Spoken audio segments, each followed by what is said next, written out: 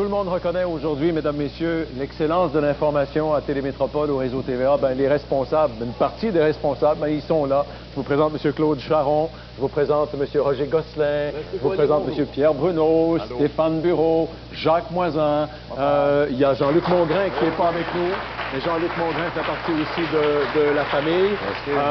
Et sûrement des choses à nous raconter quand vous êtes arrivé dans l'information à TVA. C'était pas ce que c'est aujourd'hui. Oh, bon temps, c'était pas... Comment C'était pas ce que c'est aujourd'hui. Écoutez, pour être très franc, il y a 35 ans, l'information à Télémétropole, c'était pas grand-chose. Hein. Je pense que ceux qui ont travaillé... Je collais des photos, moi. Ouais, je collais des photos. J'en parlais avec Roger tout à l'heure.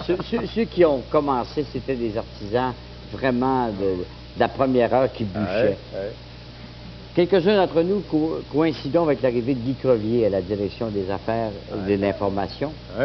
Et ça a été un grand changement à Télémétropole. Aujourd'hui, on est très heureux d'y être. Bravo! Et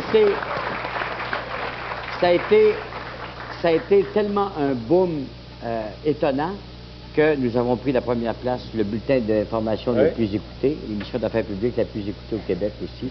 Personne n'aurait dit ça de Télémétropole il y a 35 ans. Exact. Monsieur Gosselin était là dans les années de défrichage. Un vétéran. Oui, on était là ensemble. On était là ensemble, effectivement.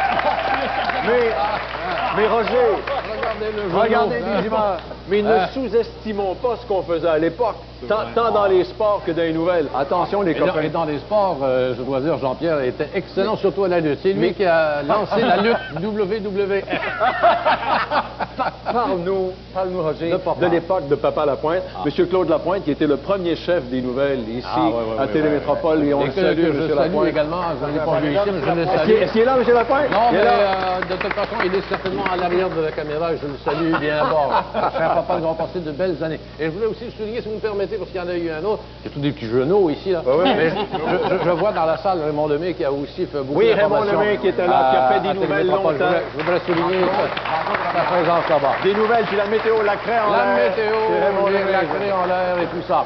Et puis là, je laisse la parole aux genoux, Jean-Pierre. Comment les genoux? Monsieur Bruno, les moyens qu'on a à chacun. Oui, c'est vrai que ça a beaucoup changé. Je me souviens quand je suis arrivé au 10 vous informe, qui était diffusé à 19h à l'époque. Ça prenait... Le deadline était 15 heures dans l'après-midi. 15 heures.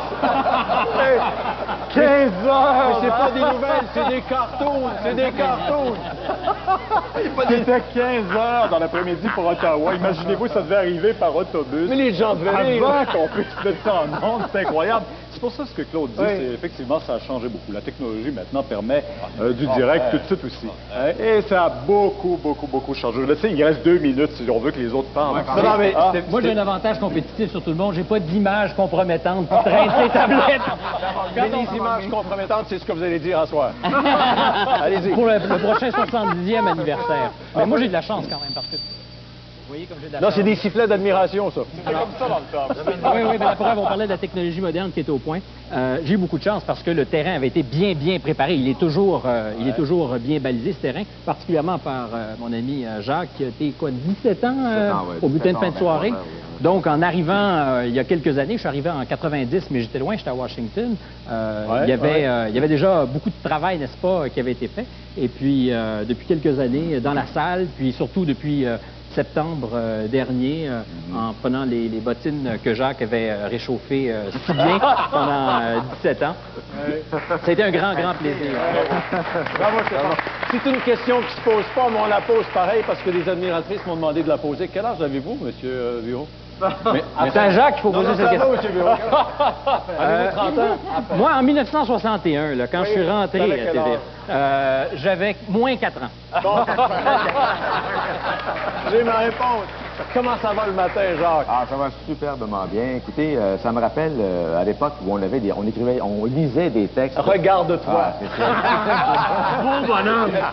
Oui, qu'on se comprend. Bon, on était à la merci des textes à cette époque-là. Puis aujourd'hui, on a appris à les verbaliser davantage, à parler plutôt qu'à lire des textes. Et ça, c'est merveilleux. Puis l'émission du matin, ça permet justement d'être soi-même parce qu'il n'y en a pas de texte. Alors, on parle à partir de notes, simplement, et de la connaissance des dossiers qu'on peut avoir. Tantôt, il n'y en avait pas de texte.